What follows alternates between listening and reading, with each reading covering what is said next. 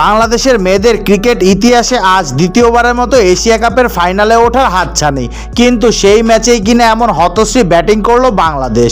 ভারতের বিপক্ষে ম্যাচ শুরুর আগে টস ভাগ্য বাংলাদেশের পক্ষে যায়, কিন্তু টসে জিতে ব্যাটিং করার সিদ্ধান্ত নিয়ে যেন নিজেদের বিপদ ডেকে এনেছে নিগার সুলতানা জ্যোতির দল।